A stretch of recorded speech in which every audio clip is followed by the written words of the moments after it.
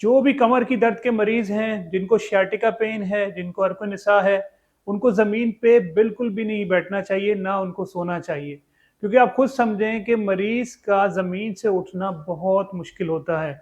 जब आप ज़मीन से उठते हैं तो आपकी कमर के सारे मसल्स एक्टिव हो जाते हैं, सारे मसल्स यूज़ होते हैं और आप खुद समझते हैं कि आपकी कमर में ऑलरेडी दर्द है, ऑलरेडी आपको झुकना मुश्किल हो रहा है। तो आप खुद सोचें, पूरी रात आप सोए रहे ज़मीन पे, तो सुबह उठते-उठते ही आपकी जो कमर की दर्द है, उसमें और इज़ाफ़ा हो जाएगा। जब आप उठेंगे तो आपकी कमर की दर्द जो है और ज़्यादा बढ़ जाएगी, आपके मसल्स और ज़्यादा खिंचेंगे। इसीलिए मैं ये कहता हूँ कि आप जो हैं तख़्त के ऊपर रुई का गद्दा बिछाकर उस पे सोया करें। इसके अलावा कमोड इस्तेमाल करें ताकि ज़मीन पे बैठना ना पड़े, उठना आसान हो जाए। अगर आप ये कंटिन्यूअसली ये चीज़ नहीं करेंगे, ज़मीन पे सोते रहेंगे, तो कोई भी दवाई, किसी किस्म का भी लेटेस्ट ट्रीटमेंट आपके ऊपर वर्क नहीं करेगा।